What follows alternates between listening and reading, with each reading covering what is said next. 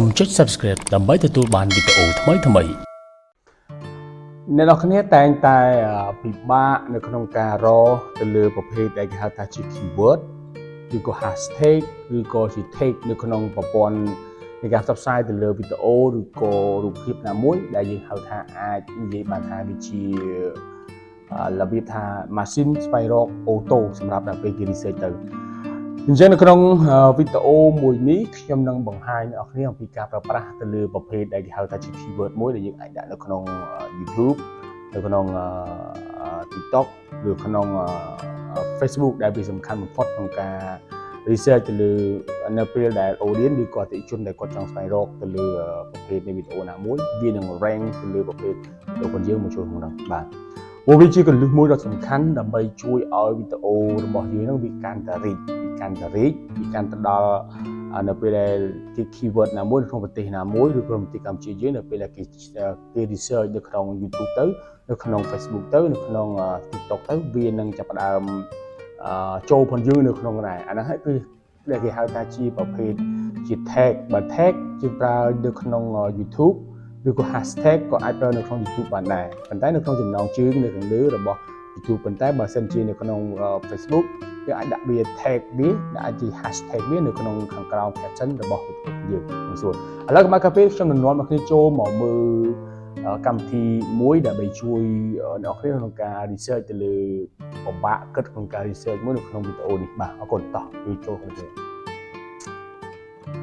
នៅពេលអ្នកគ្នាបើកទៅលើ Google Chrome ឬក៏ប្រភេទដែលគេហៅថាជា browser ណាមួយនៅក្នុងអ៊ីនធឺណិតតែខ្ញុំបញ្ជាក់ថានៅក្នុងនេះគឺវាប្រើតែនៅក្នុងប្រភេទ laptop ឬក៏ desktop computer ទេបាទអញ្ចឹងអ្នកគ្នាចូលអ្នកគ្នាមកមើលទៅលើប្រភេទដែលគេហៅថា TagsFinder បាទ TagsFinder ហើយអ្នកគ្នាមកមើលទៅនៅក្នុងនេះខ្ញុំរើសជាភាសាអង់គ្លេសបាទខ្ញុំរើសជាភាសាអង់គ្លេសហើយនៅក្នុងនេះក៏វានិយាយពី hashtag search statistic relate hashtag ឬក៏ similar hashtag ឬក៏ place in Cambodia បាទ in Cambodia ដោយសារតែវា rank ដោយសារម៉ាស៊ីនហ្នឹងគឺវាចាប់គឺវាចាប់network របស់យើង internet របស់យើងគឺក្នុងប្រទេសកម្ពុជាស្រាប់បាទអានេះ other country អានេះជា band hashtag ដែលវា ham ហើយនឹង about hashtag របស់យើងបាទដល់ហើយយើងមកមើល inter hashtag នៅកន្លែងនេះដែលខ្ញុំបានរើសបាទខ្ញុំបានរើសនៅក្នុងប្រទេសកម្ពុជាស្រាប់តែអ្នកគ្នាគ្រាន់តែ select លើវាហើយអ្នកគ្នាអាចជ្រើសរើសទៅលើhashtag ណាមួយដែលវីដេអូណាមួយដែលខ្ញុំចង់ឲ្យបរទេសមើលប៉ុន្តែបើវីដេអូខ្ញុំគឺច្រើនគឺខ្ញុំឲ្យប្រទេសយើងមើលធម្មតាទេបាទដោយសារខ្ញុំនិយាយជាភាសាជាតិហើយខ្ញុំក៏ផលិតដើម្បីបងប្អូនជនជាតិដែលតែងតែចង់អភិវឌ្ឍខ្លួនទៅក្នុងការកាត់វីដេអូ design ឬក៏ទៅទីផ្សារ digital ឬក៏កលឹះខ្លីៗទៅដល់បច្ចេកវិទ្យា AI អីហ្នឹងគឺនៅក្នុងនោះស្រាប់បាទអ្នកគ្នាអាចជ្រើសរើសប្រទេសហ្នឹងហើយបន្ទាប់មកអ្នកគ្នាមកមើលក្រោមបើសិនជាមានកន្លែងខ្លះទៅក្រោមទាំងក្រោមវាចឹងទៅមានប៉ះពាល់ទេអានេះជា hashtag generation ដែលយើងអាច research បានបាទមើលទៅហ្នឹងដល់ហើយបើសិនជាខ្ញុំចង់បានកន្លែងនេះខ្ញុំចង់បានkeyword មួយដែលយើងចង់និយាយពីdigital marketing បាទ digital marketing បាទខ្ញុំបាយតែប៉ុណ្្នឹងមកហើយខ្ញុំចាប់ផ្ដើមឲ្យ research នៅកន្លែងស្នាមដៃនេះបាទតែពណ៌ផ្ទៃបៃតងនៅក្នុង research ឲ្យរងចាំប្រហែលជាប្រហែលវិនាទីវានឹង convert ឲ្យយើងហើយយើងនឹង copy hashtag ហ្នឹងដាក់នៅក្នុងsocial media ឬក៏ tag củaយើងប៉ុន្តែនៅគ្នាត្រូវតែ copy វាចូលទៅក្នុង note ឬក៏នៅក្នុងword ណាមួយដើម្បីយកមកដាក់ឥឡូវខ្ញុំបើក word Excel ខ្ញុំបើក word មួយដើម្បីទាញមកដាក់នេះអញ្ចឹង keyword នេះសិតតែជា hashtag ដែលសំខាន់អញ្ចឹងខ្ញុំ copy នៅខាងក្រោមនេះដើម្បីយកមកដាក់ណាដើម្បីយកមកដាក់អញ្ចឹងខ្ញុំ copy វាមកហើយខ្ញុំនឹងចាប់ផ្ដើមបាទអញ្ចឹងនេះគឺជាប្រភេទ hashtag មួយដែលយើងអាចដាក់បាននៅក្នុងនេះគឺវាល្អច្រើនអញ្ចឹងអ្នកគ្នាអាចប្រើវានៅក្នុងប្រភេទណាមួយដែលគ្នា copy បន្តិចម្ដងទៅហើយទៅដាក់នៅក្នុង YouTube ឧទាហរណ៍ថាខ្ញុំនឹងបើក YouTube មួយឧទាហរណ៍សម្រាប់បងប្អូនគ្នា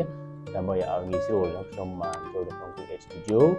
ហើយខ្ញុំនឹងចូលទៅកាន់ content ខ្ញុំដែលខ្ញុំបាន upload ហើយណាតែខ្ញុំបាន upload ហើយខ្ញុំជាឧទាហរណ៍ថាខ្ញុំប្រើនៅក្នុងយុទ្ធសាស្ត្រណាមួយឧទាហរណ៍ខ្ញុំរើស content ខ្ញុំមួយនេះហើយខ្ញុំអូសមកមើលកន្លែង tag តែដោយសារ tag ខ្ញុំមានដាក់ច្រើនហើយអញ្ចឹងខ្ញុំឧទាហរណ៍មួយចំណុចរបស់ខ្ញុំ copy ប៉ុណ្ណេះមួយ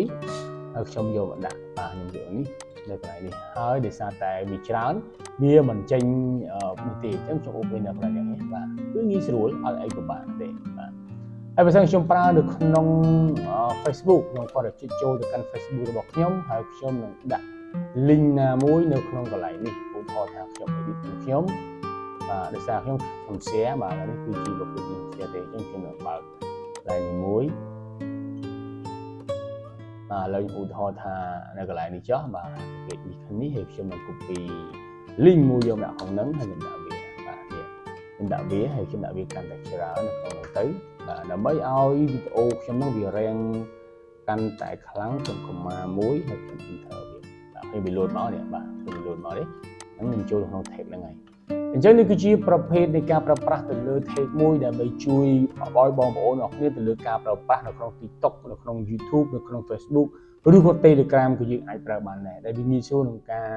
rank ទៅលើវីដេអូរបស់យើងនៅកន្លែងណាមួយជាក់ស្ដែងជា result ពីលទ្ធផលដែលខ្ញុំបានធ្វើមានន័យថាខ្ញុំបានធ្វើនៅក្នុង YouTube គឺមួយរយៈនេះគឺមានការកើនឡើង